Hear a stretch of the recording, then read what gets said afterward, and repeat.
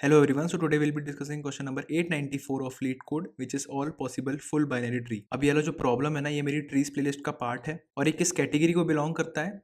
Tree construction.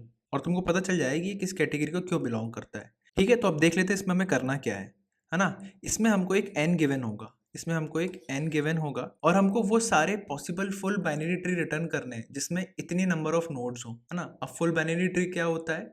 Full binary tree ये होता है कि उसमें हर नोड में या तो 0 चिल्ड्रन हो या फिर 2 चिल्ड्रन हो। एक चिल्ड्रन किसी भी नोड का नहीं होगा। अगर एक भी नोड का एक चिल्ड्रन हुआ तो फुल बाइनरी ट्री नहीं कहलाएगा, है ना। तो अगर हमको n7 गिवन है तो इसमें जितने भी पॉसिबल फुल बाइनरी ट्री बन सकते हैं वो ये हैं 5, है ना। देखो, इसके 2 चिल्ड्रन, इसके 2 चिल्ड्रन, इसके 2 चिल्ड्रन, और जिसके 2 चिल्ड्रन नहीं है वो लीफ नोड हो जाएगा, है ना। देखो ये लीफ नोड है, बाकी इसके 2 चिल्ड्रन, ऐसे करके टोटल 5 बाइनरी ट्रीज बने हैं जिसमें 7 नोड्स हैं।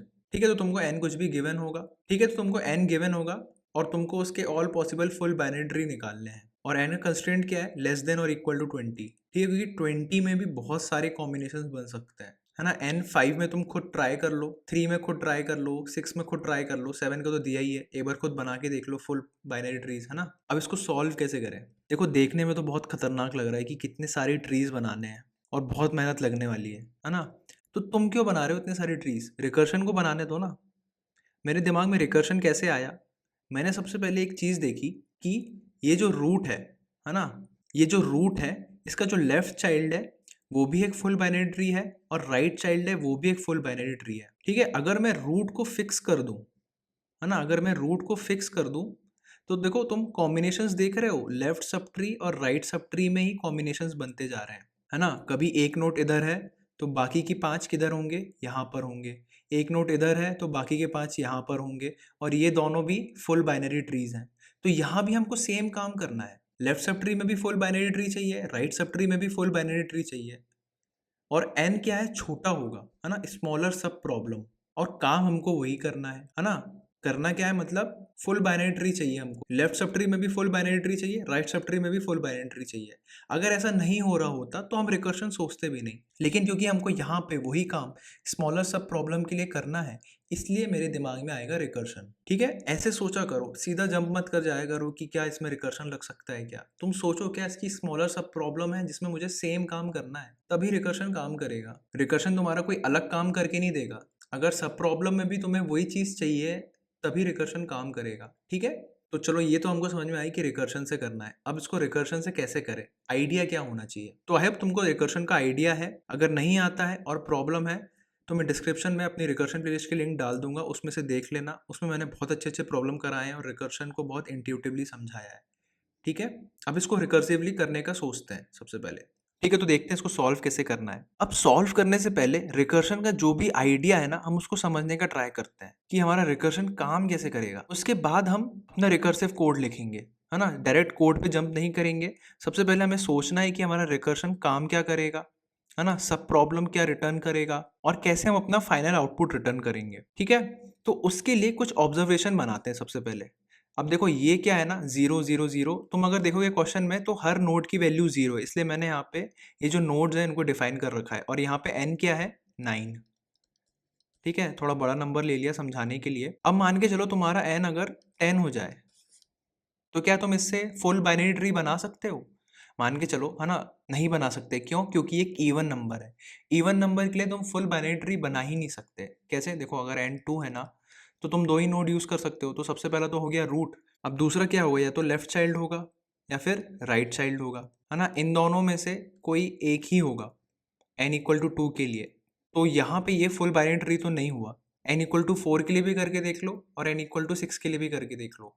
क्यों? ऐसा क्यों हो रहा है? क्योंकि देखो, रूट एक सिंगल एलिमेंट है, उसके बाद जितने भी नोड्स हैं, है ना, सबके 2 चाइल्ड हैं। तो उस हिसाब से जो n होगा वो ऑड होगा, है ना। तो तुमको ये तो पता है कि तुम्हें अगर n इवन मिल जाए तो तुमको क्या रिटर्न करना है? एक एम्प्टी लिस्ट। तुमको रिटर्न क्या करना है इवेंचुअली?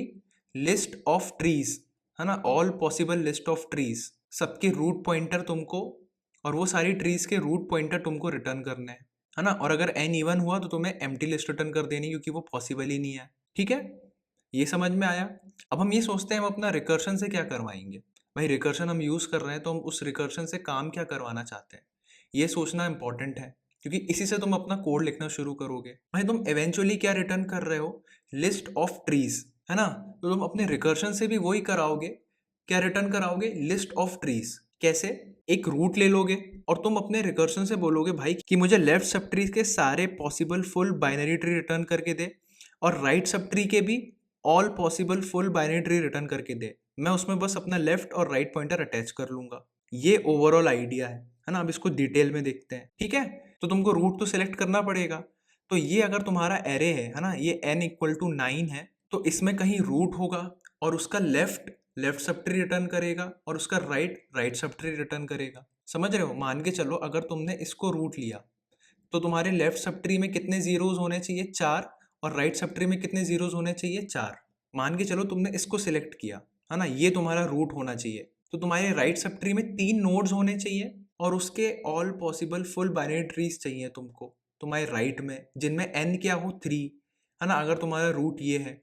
और तुम्हारे लेफ्ट में क्या होना चाहिए, n इक्वल टू 5 के all possible full binary trees. अभी ये तो सिर्फ इसका हुआ, है ना। ऐसे तुम्हें सारे कॉम्बिनेशंस निकालने हैं, ठीक है। तो एक बार अच्छे से देखते हैं इसको। तो शुरुआत कहाँ से करेंगे हम, क्या हम यहाँ से शुरुआत कर सकते हैं, क्या हम इसको रूट ले सकते हैं। अगर हम इसको रूट लेंगे तो मेरे लेफ्ट में एक भी एलिमेंट नहीं होगा, है ना, और मेरे राइट में एक ट्री आएगा। तो क्या मैं फुल बाइनरी ट्री बना सकता हूँ, नहीं। जब मेरा लेफ्ट सब ट्री नहीं है और मेरा राइट सब ट्री है और मेरे पास एक रूट है, तो वो फुल बाइनरी ट्री तो बन ही नहीं सकता। तो तुमको शुरुआत तो यहाँ से करनी पड़ेगी, है ना। जिससे क्या होगा, तुम्हारा एक लेफ्ट सब ट्री के लिए एक n आएगा और राइट सब ट्री के लिए एक n आएगा। तो n क्या करेगा, तुमको इस n के लिए, यहाँ पे n क्या है, 1, इस n के लिए सारे possible full binary tree return करके देगा तुम्हारा रिकर्शन, है ना। स्मॉलर सब प्रॉब्लम है क्योंकि तुम्हारा n इक्वल टू 9 है, बट यहाँ पे तुमको n इक्वल टू 1 के लिए सेम काम करना है। और यहाँ पे क्या है, ये है n इक्वल टू 7, है ना। तो तुम्हारा रिकर्शन राइट सब ट्री के लिए all possible full binary trees return करके देगा तुमको, ठीक है। तो तुमको एक बार यहाँ से फुल बाइनरी ट्रीज आ जाएंगे, एक लिस्ट मिल जाएगी यहाँ से और एक लिस्ट यहाँ से मिल जाएगी। तुमको एक एक करके सारे कॉम्बिनेशंस अटैच करने हैं, समझ रहे हो। मान के चलो यहाँ से एक ही ट्री आएगा, है ना, और ये तुम्हारा रूट है। और यहाँ से कितने आएंगे, n इक्वल टू 7 के लिए कितना था, 5 था ना। तो यहाँ से 5 डिफरेंट ट्रीज आएंगे। तो तुमको क्या करना है, रूट के लेफ्ट में एक बार 1 लगाना है और ये पहला ट्री लगाना है ना। मान के चलो 5 कैसे ट्रीज हैं, ट्री 1 है, ट्री 2 है, ट्री 3 है, ट्री 4 है और ट्री 5 है। तुमको 5 ट्रीज रिटर्न होंगे। तुम्हारा जो रिकर्शन है ना, सब प्रॉब्लम, स्मॉलर सब प्रॉब्लम के तुम्हें 5 ट्रीज रिटर्न करके देगा। और यहाँ पे इसको स्मॉल टी बोल दिया, है ना। तो यहाँ पे एक ही टी आएगा क्योंकि एक ही नोड है, तो एक ही ट्री बनेगा। तो तुमको क्या करना है, एक बार T1 और ये कैपिटल T1, है ना, एक बार स्मॉल T1 फिर कैपिटल T2, एक बार स्मॉल T1 फिर कैपिटल T3, एक बार स्मॉल T1 फिर कैपिटल T4 और एक बार स्मॉल T1 फिर कैपिटल T5। ये हो गया तुम्हारा इस रूट के लिए। अब क्या तुम इसमें आ सकते हो इसके बाद, नहीं, तुम इसमें नहीं आ सकते, क्योंकि तुम इसमें आए तो तुम्हारा n क्या हो जाएगा, 2। तो तुम्हारे लेफ्ट सब ट्री में 2 नोड होंगे और लेफ्ट सब ट्री में अगर 2 नोड जा रहे हैं, वो भी तो एक सब प्रॉब्लम है ना। वहां पे इवन नंबर क्यों भेज रहे हो तुम, इवन नंबर थोड़ी भेजना है तुमको, क्योंकि इवन नंबर से फुल बाइनरी ट्री पॉसिबल ही नहीं है। तो तुमको 1 का जंप नहीं लेना है, तुमको फिर 2 का जंप लेना है, ठीक है। पहले तुम यहाँ पे थे, अब तुम 2 जंप लेके यहाँ पे आओगे तो तुम्हारा n क्या हो जाएगा, ये और ये, है ना। ये राइट सब ट्री के लिए, ये लेफ्ट सब ट्री के लिए। तो यहाँ पे n तुम्हारा 3 हो जाएगा और यहाँ पे क्या हो जाएगा, n इक्वल टू 5, है ना। और एक वैल्यू ये नोड की है ना। रूट भी तो कुछ लेगा ना वैल्यू। अब तुमको इस रूट के लिए, चलो, है ना, ये रूट 1 था, अब तुम इसको बोल दो रूट 2। और यहाँ से तुमको n इक्वल टू 3 के लिए कुछ ट्रीज रिटर्न होंगे और n इक्वल टू 5 के लिए कुछ ट्रीज रिटर्न होंगे। तुमको वो सारे कॉम्बिनेशंस रूट के साथ लगाने हैं, है ना। मान के चलो इसमें T1 T2 और समथिंग समथिंग आया, और इसमें capital T1 capital T2 capital T3 something something आया, है ना। तो तुमको एक एक करके सारे कॉम्बिनेशंस बनाने हैं। पहले T1 कैपिटल T2, फिर स्मॉल T2 कैपिटल T1, है ना, small T1 capital T2, small T1 capital T3, small T2 capital T2, small T2 capital T3। ऐसे करते करते तुमको सारे कॉम्बिनेशंस बनाने हैं। अब तुमको पूरा आइडिया समझ में आ गया रिकर्शन का। अब इसको इम्प्लीमेंट कैसे करना है वो देखते हैं। रिकर्शन में हमारे पास 3 चीज़ें होती हैं जो कि मैंने बताया था। क्या होता है, एक बेस कंडीशन, एक होता है रिकर्सिव रिलेशन और एक होता है टास्क, ठीक है। बेस कंडीशन क्या होगी तुम्हारी, कि भाई n इक्वल टू 1 हो जाए, अगर n इक्वल टू 1 हो जाए तो क्या रिटर्न करना है तुमको, एक ही नोड रिटर्न करनी है, एक ही ट्री रिटर्न करना है। तो ये तो सॉर्ट हो गया, चलो, है ना। स्मॉलेस्ट वैलिड इनपुट ये था तुम्हारा। और रिकर्सिव रिलेशन में क्या करना है, स्मॉलर सब प्रॉब्लम भेजनी है। रिकर्सिव रिलेशन में क्या होगा कि तुमको एक लेफ्ट सब ट्री के लिए एक फंक्शन कॉल करना है ना, लेफ्ट सब ट्री के लिए करना है, और एक राइट सब ट्री के लिए करना है फंक्शन कॉल। और ये स्मॉलर एन के लिए, है ना, ये स्मॉलर एन के लिए, इसको एन डैश और एन डबल डैश बोल देता हूँ, है ना। ये दोनों स्मॉलर एन है। ये एन कैसे निकालोगे, तुम एक फॉर लूप चला देना, है ना, और फॉर लूप में तुम्हारा जो भी एन है उसको ट्रेवर्स करना। पहले एन इक्वल टू 1 होगा, फिर एन इक्वल टू 3 होगा, फिर एन इक्वल टू 5 होगा, कब तक, लेस देन एन तक, है ना। तो उससे तुम्हारा एक लेफ्ट सब हाफ, तो उससे तुम्हें क्या मिलेगा, तुमको एक लेफ्ट हाफ मिलेगा और एक राइट हाफ मिलेगा। लेफ्ट हाफ से तुम लेफ्ट सब ट्रीज जनरेट करोगे, राइट हाफ से तुम राइट सब ट्रीज जनरेट करोगे। तो ये तुम्हारा रिकर्सिव रिलेशन हो गया।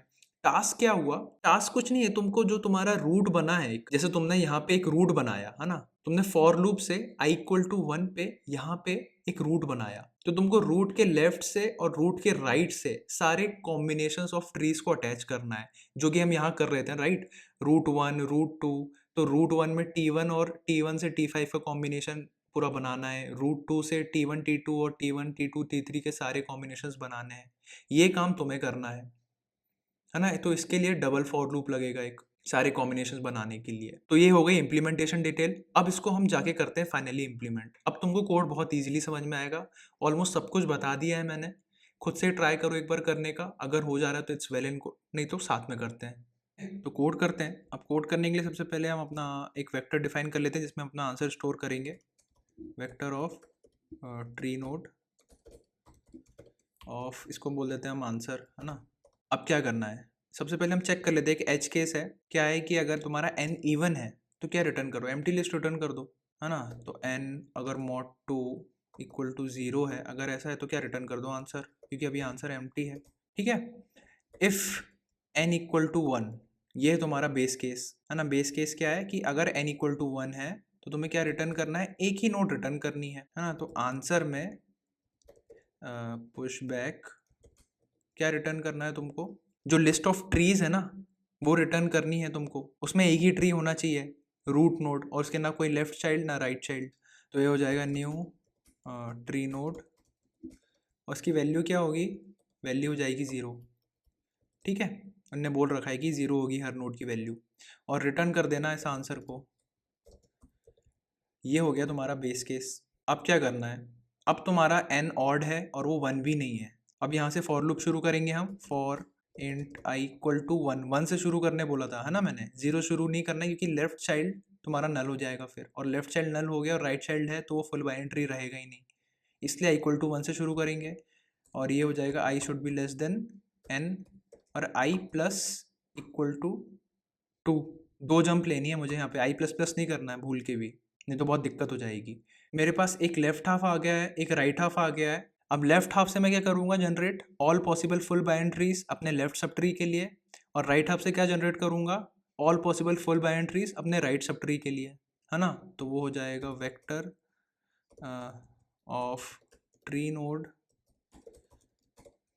और इसको क्या बोल दूँ मैं, लेफ्ट ट्रीज बोल देता हूँ, है ना, लेफ्ट ट्रीज। अब हमें क्या करना है, रिकर्सिव कॉल मारना है। वो क्या है, अब तुमको यहाँ पे क्या भेजना है, आई भेजना है, कि तुम्हारे लेफ्ट हाफ में कितने नोड्स हैं, है ना, ये आई नोड्स हैं। और सेम चीज़ तुमको करना है राइट ट्रीज के लिए, है ना, इसको कर देते हैं राइट। और यहाँ पे तुमको क्या भेजना है, n माइनस आई, है ना, और क्योंकि रूट भी है तो -1, ये तुम्हारे राइट हाफ के एलिमेंट्स हो जाएंगे, ये तुम्हें राइट ट्रीज जनरेट करके देंगे। तो ये हो गया तुम्हारे राइट ट्रीज। अब तुम्हारे पास लेफ्ट ट्रीज हैं और राइट ट्रीज हैं, अब तुमको एक फॉर लूप लगाना है, डबल फॉर लूप, है ना। तो ये हो जाएगा फॉर ऑटो, ये किस में हमको देखना है, यहाँ पे हम किसको एडिट करेंगे, लेफ्ट ट्रीज को, तो इसको बोल देता हूँ लेफ्ट LT, और ये हो जाएगा लेफ्ट ट्रीज, ठीक है। और सेम चीज़ हमको for auto RT right trees, है ना। अब मेरे पास क्या है, एक LT है और एक RT है। अब मैं एक रूट बनाऊंगा, उसके लेफ्ट में LT लगाऊंगा और राइट में RT लगाऊंगा, और आंसर में उस ट्री को पुश कर दूंगा, क्योंकि वो एक पॉसिबल आंसर है मेरा, है ना। तो वो कर लेते हैं। ट्री नोड, ये मेरा टास्क है, ठीक है, समझ रहे हो, ये मेरा रिकर्सिव रिलेशन था, ये मेरा टास्क है, और ये क्या है, मेरी बेस कंडीशन। तो ये हो जाएगा root equal to new tree node और 0, ठीक है, और root of left which is equal to LT और root of right which is equal to RT, ठीक है। आंसर डॉट, अभी तुम्हारा ट्री बन गया है तो आंसर डॉट पुशबैक कर दो, ये हो जाएगा रूट, तुमने पुश कर दिया है तो एक पॉसिबल आंसर हो चुका है। ऐसे सारे पॉसिबल आंसर बन जाएंगे क्योंकि तुम लेफ्ट ट्रीज और राइट ट्रीज में पूरा ट्रेवर्स कर रहे हो, और लेफ्ट हाफ और राइट हाफ के भी सारे कॉम्बिनेशंस बना रहे हो ना इस फॉर लूप से, तो इससे तुम्हारे सारे फुल बाइनरी ट्रीज बन जाएंगे, पॉसिबल फुल बाइनरी ट्रीज, है ना। और रिटर्न कर दो आंसर। अब इसको रन करके देखते हैं, ठीक है, देखो ये तो एक्सेप्ट हो गया, इसको सबमिट करके देखते हैं, बढ़िया, ठीक है। अभी ये मोस्ट ऑप्टिमाइज्ड सोल्यूशन नहीं है, इसको हम और ऑप्टिमाइज कर सकते हैं with the help of DP. अगर तुमको डीपी नहीं आता है तो कोई ज़रूरत नहीं आगे देखने की, जब डीपी अच्छे से करोगे तो यहाँ पे आके रिविजिट कर सकते हो वो प्रॉब्लम, ऐसे मैं डीपी प्लेलिस्ट में भी डाल दूंगा इसको, तो कोई दिक्कत, लेकिन अगर तुमको डीपी आती है तो मैं इसका ऑप्टिमाइज सोल्यूशन बताने वाला हूँ, तो you can watch that part after this, और उसके बाद वो हम ऑप्टिमाइजेशन को ऐड करेंगे, है ना। बेसिकली हम मेमोराइज करने वाले इस कोड को। अगर तुमको डीपी आता है तो एक बार खुद से ट्राई करो, और अगर नहीं होता है तो उसको डिस्कस करते हैं और उसके बाद कोड करते हैं। तो ऑप्टिमाइजेशन वाला पार्ट देख लेते हैं जो मैं बोल रहा था। अब यहाँ पे क्या है, हम डीपी यूज़ करने वाले हैं। डीपी क्यों यूज़ करेंगे, क्योंकि क्या हो रहा है ना, रिपीटिंग सब प्रॉब्लम्स हो रही हैं। रिपीटिंग सब प्रॉब्लम मतलब, जैसे कि यहाँ पे मान के चलो, इसको मैं मिटा देता हूँ, ठीक है। तो मान के चलो तुम यहाँ पर हो, है ना, तो तुम्हारा लेफ्ट हाफ क्या है, n=3, और राइट हाफ क्या है, n=5, है ना। और अगर तुम यहाँ पर हो तब तुम्हारा राइट हाफ क्या है, n=3, और राइट हाफ, लेफ्ट हाफ क्या है, n=5। तो पहले तुमने क्या किया, यहाँ पे आए जब, तो तुमने सारे n=3 के ट्रीज निकाल लिए, और n=3 के जो ट्रीज है वो हमेशा फिक्स्ड रहेंगे, ऐसा नहीं कि इसके चेंज होते रहेंगे। अगर तुमको n=3 गिवन है तो उसका एक फिक्स्ड आंसर होगा, है ना, उसकी लिस्ट भी फिक्स होगी। उसी हिसाब से n=5 के लिए भी नंबर ऑफ ट्रीज फिक्स्ड होंगे, ठीक है। तो तुमने यहाँ पे n=3 और n=5 के लिए निकाल लिए सारी लिस्ट। अब तुम यहाँ पर आए, ठीक है, अब तुम्हारा राइट हाफ में n=3 है और लेफ्ट हाफ में n=5 है। क्या तुम फिर से निकालोगे वो लिस्ट? नहीं यार, ये तो तुम ऑलरेडी निकाल चुके हो ना। अगर तुम इसको ऑलरेडी निकाल चुके हो तो तुम इसको स्टोर कर लो कहीं। डीपी में क्या करते हैं हम, है ना, एक मैप ले लेंगे हम, वो मैप में हम एन के लिए, एन के करस्पॉन्डिंग जितनी भी ट्रीज हैं, है ना, जितनी भी लिस्ट ऑफ ट्रीज हैं, T1 T2 T3, है ना, उसको स्टोर कर लेते हैं। जैसे ही हमको वो एन दिखा, अगर हमारे रिकर्सिव कॉल में वो एन ऑलरेडी आ रखा है, मतलब अगर वो मैप में ऑलरेडी प्रेजेंट है, तो हम वो लिस्ट ऑटोमेटिकली रिटर्न कर देंगे। हम वहाँ पे फिर से कंप्यूटेशन थोड़ी करेंगे। अगर हमारे पास एन ऑलरेडी प्रेजेंट है, एन के करस्पॉन्डिंग जितनी भी ट्रीज हैं वो सारे प्रेजेंट हैं, तो उसके बाद हम वो पूरी ट्रीज फिर से थोड़ी निकालेंगे, समझ रहे हो। तो ये था वो, है ना। तो इस चीज़ को कोड में कर लेते हैं, 2-3 लाइन का चेंज है। डीपी में जनरली यही होता है कि रिकर्शन को तुम डीपी में कन्वर्ट करते हो, मतलब मेमोराइज कर रहे हो, है ना। तो चलो करते हैं इसको, ठीक है। तो कोड को मेमोराइज कर देते हैं, कुछ नहीं, एक अनऑर्डर्ड मैप ले लेते हैं, अनऑर्डर्ड मैप, है ना। मैप में क्या होगा, एक इंट होगा, मतलब n, और उसके करस्पॉन्डिंग सारी लिस्ट ऑफ ट्रीज, है ना। तो ये हो जाएगा वेक्टर ऑफ ट्री नोड्स, इसको बोल देता हूँ मैं MP, ठीक है। ये हो गया मैप। अब मैं चेक कर लूँगा यहाँ पे क्या वो मैप में प्रेजेंट है, क्या प्रेजेंट है, n और उसके करस्पॉन्डिंग लिस्ट ऑफ ट्रीज, ठीक है। अगर वो प्रेजेंट है तो वो लिस्ट ऑफ ट्रीज रिटर्न कर दो। इफ MP डॉट फाइंड, क्या ढूंढना है, n को, is not equal to MP dot end. अगर ऐसा है, अगर तुमको मिल गया है तो रिटर्न कर दो MP ऑफ n, नहीं है तो कर लो, आगे कंप्यूट कर लो। और यहाँ पे रिटर्न करने से पहले मैप को अपडेट कर दो। ऐसे ही करते हैं ना हम डीपी के प्रॉब्लम्स। इसमें क्या आना चाहिए, MP of n should be equal to answer, है ना। इस n के करस्पॉन्डिंग ये तुम्हारा आंसर है। तो अब इसको रन करके देखो, ठीक है, और उसको सबमिट करके देखते हैं।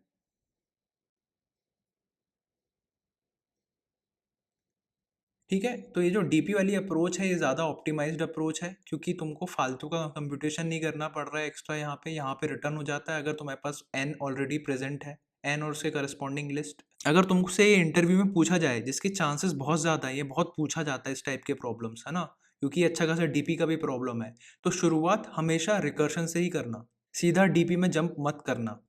सबसे पहले अपना रिकर्सिव कोड समझाना अच्छे से, फिर वो तुमको खुद बोलेगा कि क्या तुम इसको ऑप्टिमाइज़ कर सकते हो, तो तुमको बस हाँ बोलना है, हाँ कर सकते हैं, एक मैप की हेल्प से इसको हम मेमोराइज़ कर देंगे कोड को, और इससे हमारा सॉल्यूशन ऑप्टिमाइज़ हो जाएगा।